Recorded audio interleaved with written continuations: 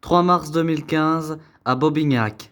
Derrière ces murs, 2 enfants sont mis en quarantaine dans un lieu unique en France, Récole. 2 élèves de CP, Amadi et Tanpol, ont été exclus de leur école. Motif: comportement violent et ingérable. Objectif de ces 3 adultes présents: apprendre aux bambins à bien se tenir pour qu'ils puissent bientôt réintégrer leur classe. Non, je te laisse pas. Pour le moment, on doit aller travailler. C'est comme ça, Ethan Paul. Et tout le temps, c'est la même chose. Assieds-toi correctement, Ethan Paul. Non. Assieds-toi correctement. T'as quoi? Essaye juste.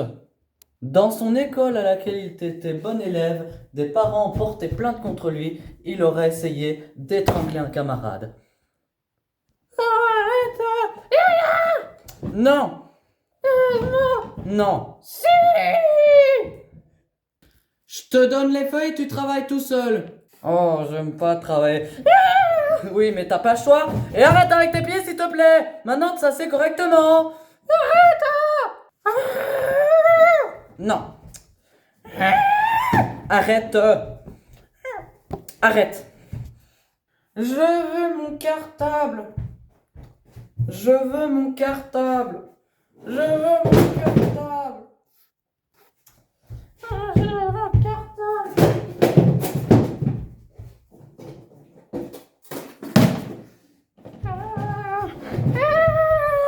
Je t'ai déjà dit ton comportement, ça sert à rien. Tu restes comme ça toute l'après-midi si tu veux. Arrête. Arrête. Arrête. Tu me lâches. Tu me lâches. Tu me parles autrement. La crise va durer 20 minutes. Une véritable guerre des nerfs pour la prof et aussi pour Ethan Paul. Une véritable guerre des nerfs pour l'enfant et aussi pour Christelle qui n'a reçu aucune information. Pour faire face à une telle situation. De toute façon, tu resteras là tant que t'auras pas fait ton travail et tant que t'auras pas fini. C'est tout ce que tu feras de ton après-midi. Je te laisse tranquille, mais tu fais ton travail. Alors tu pars. Arrête avec tes pieds. Alors tu pars. Alors mets-toi au travail. Alors tu pars. Alors mets-toi au travail alors. Alors tu pars. Ton cinéma, ça sert à rien, Ethan Paul. Aïe, viens. Oh. En ce début 2015, Amadi et Ethan Paul sont les premiers élèves pris en charge par Récole. Cette structure qui vient d'être mise en place par le rectorat de Valence. Pendant 3 mois, ces petits exclus de la classe de CP seront sous surveillance éducative renforcée. Voilà, lâche le soutien-gorge. Première règle, apprentissage de la vie en groupe. Moi, j'ai besoin d'avoir un élève qui travaille puisqu'ici nous sommes à l'école. Et j'aime pas aller travailler. T'aimes pas travailler? Et comment tu vas faire quand tu vas retourner dans la classe de Madame Godin et que les autres ils auront appris à lire et à compter? Comment tu vas faire? Je vais faire ce que je peux. Tu vas faire ce que tu peux? Oui. Et comment tu vas faire parce que tu vas rester ici 86 jours? Parce que tu vas rester 86 jours ici? Je sais pas. Tu sais pas? Ben moi non plus je sais pas, donc ça m'inquiète un petit peu. Mais tu sais, il y aura des moments où on va te dire d'aller travailler, Tan Paul, et tu pourras plus le droit de faire autre chose. Pas de livre, pas de pâte à modeler, rien, tu feras que travailler. Ça fait 3 jours que nous sommes ici, oui, et que vous avez fait des choses et qu'on vous avait dit, oh là là, faut pas faire, c'est interdit. Maintenant, on va noter les choses qu'il ne faut pas faire justement. Oui, t'es sûr? Et qu'est-ce que vous avez déjà fait et qu'on vous avait dit, ah non, non, non, c'est interdit de taper. Par exemple, eh ben ça, je le marque tout de suite. Prendre en charge des enfants difficiles, ça s'improvise pas. Chantal est à cette table, la seule enseignante formée pour cela. Qu'est-ce qui se passe si on casse des choses et qu'on l'abîme? Ça veut dire qu'on est puni. Par exemple, quoi comme punition? Par exemple, faire ça. Oh, ça c'est la dernière punition à donner. Ben ça c'est les mamans qui mettent le fessé. Exactement. Oui, oui, c'est les parents. T'as tout à fait raison, Amadi. Qu'est-ce qui se passe quand vous êtes punis dans vos écoles? C'est encore pire dans notre classe. Ben justement, ben non, il nous tord la main, il nous jette dans les escaliers. Bon, on va réfléchir à ça pendant la récréation. Est-ce que tu descends comme ça, vêtu comme ça? Ici, c'est une drôle de récréation. Une cour vide, aucun autre enfant à qui jouer, et cela va durer 3 mois. L'expérience est coûteuse pour l'éducation nationale, mais c'est le seul espoir de voir Ethan Paul et Amadi revenir un jour dans une école ordinaire. Donc là, il est important de les faire sortir de leur classe, de leur école traditionnelle, on va dire. Pourquoi on fait ça? Parce que sinon ils étaient déscolarisés.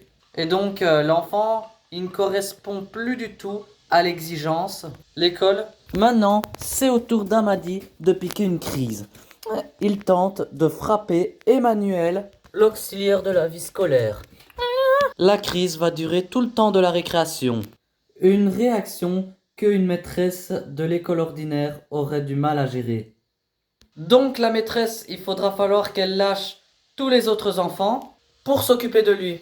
Par exemple, l'emmener chez la directrice. Il y a beaucoup de collègues qui me disent qu'ils sont payés pour ça. Tu me lâches, tu me lâches, tu me lâches, tu me lâches. À savoir que quand on aura des enfants de 12 ans, Emmanuel, ça va la main? Bah ça va, parce que oui, il griffe. En fait, quand il est énervé, ben, on n'a qu'une seule choix de l'immobiliser. Amadi? Non, Amadi, par contre, tu te calmes tout de suite parce qu'on retourne en classe sinon. Tu arrêtes, hein? Oh! Allez, lâche-moi, lâche-moi. Allez. Ah, ok, tu vas te mettre tout nu? On va appeler les gens? Ça y est, là, t'es en tenue, Non, lâche-moi, lâche-moi, lâche-moi. Ça va durer encore longtemps? Lâche-moi. Amadi n'arrive pas à lâcher prise. Ils sont démunis face à cette situation. Lâche-moi. Il y a eu une contrainte de jeu et le 1, 2, 3 soleil, il a perdu. Alors ça, c'est inadmissible. Perdre? Alors perdre quoi? En France, 3000 élèves posent des problèmes à l'école. Les profs ne savent plus que faire. C'est donc Jean-Louis au-dessus de ce bâtiment qui a imaginé Récole. Vendredi matin, Ethan Paul retourne dans sa classe d'origine. On appelle ça le temps d'intégration.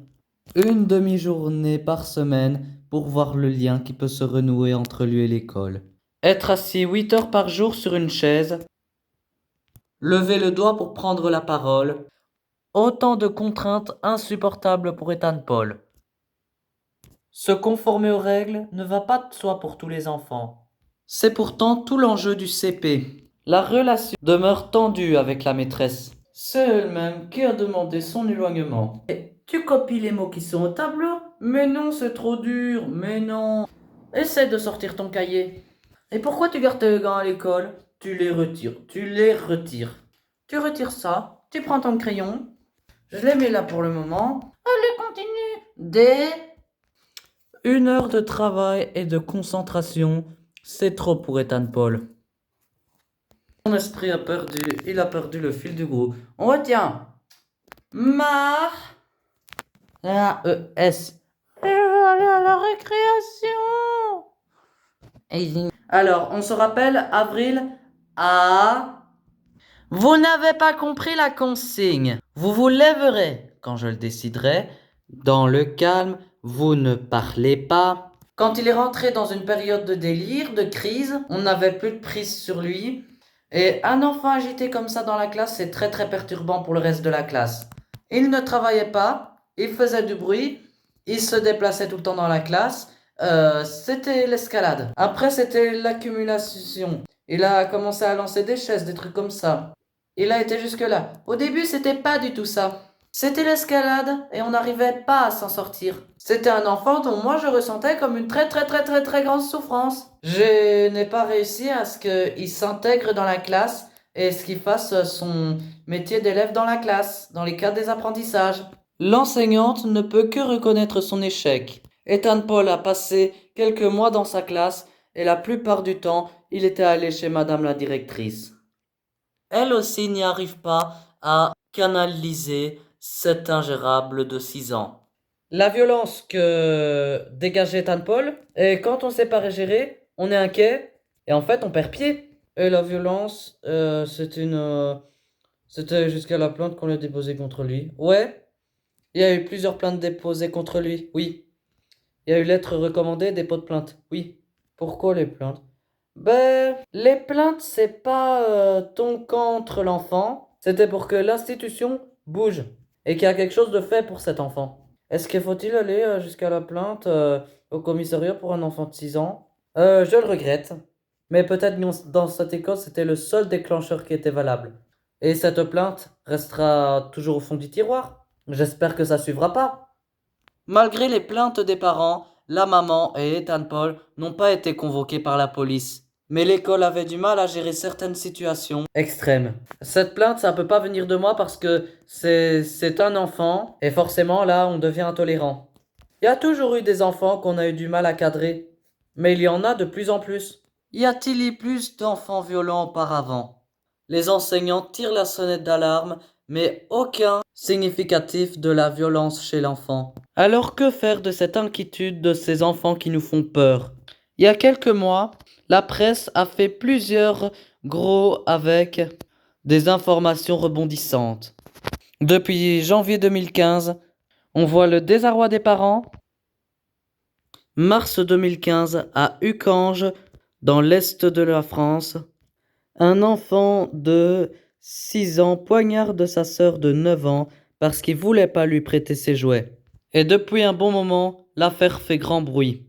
Après l'affaire, l'enfant est donc retourné chez lui. La conférence va donc donner une liste de presse. Donc l'enfant de 9 ans a donc pris un couteau et il explique qu'il joue avec des jeux vidéo, des questions de combat avec des jets de couteau. Depuis un moment, police et justice prennent des rethèses, l'enfant est coupable. Un coup si violent qu'un enfant ne peut pas être porté par un enfant de 6 ans.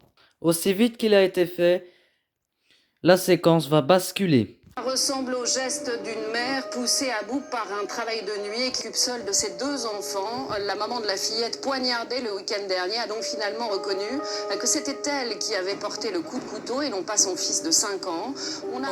En cause, l'enfant est innocent. Les médias ont médiatisé trop tôt cet enfant criminel. Alors, a-t-il tendance d'exagérer le phénomène? L'INSERM, Institut national de la santé de la recherche médicale à Valence. Ils avisent à mieux voir les troubles consciencieux des enfants. Nous allons donc voir Florence Aizet, pédopsychiatre, Robert Debray à Valence. Elle va donc susciter sur la controverse. Depuis les années 90, le trouble de l'hyperactivité, ou on appelle une maladie, l'hyperactivité avec le trouble de l'attention. Alors en 2011, l'Institut a inventé la Ritaline.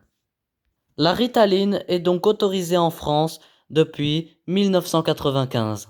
Elle stimule l'attention des enfants agités, canalise leur hyperactivité. Appelée cannabis des enfants, seul qui agit sur la tête des tout-petits. Selon CONSES 2015, plusieurs enfants en France prennent de la Ritaline. Pour la pharmacie, c'est un vrai problème de santé publique. Il paraît que 6% des enfants sont concernés par le problème. Il paraît que la Ritaline soigne certains troubles, mais elle a parfois des effets secondaires. Insomnie, maux de tête, perte de poids.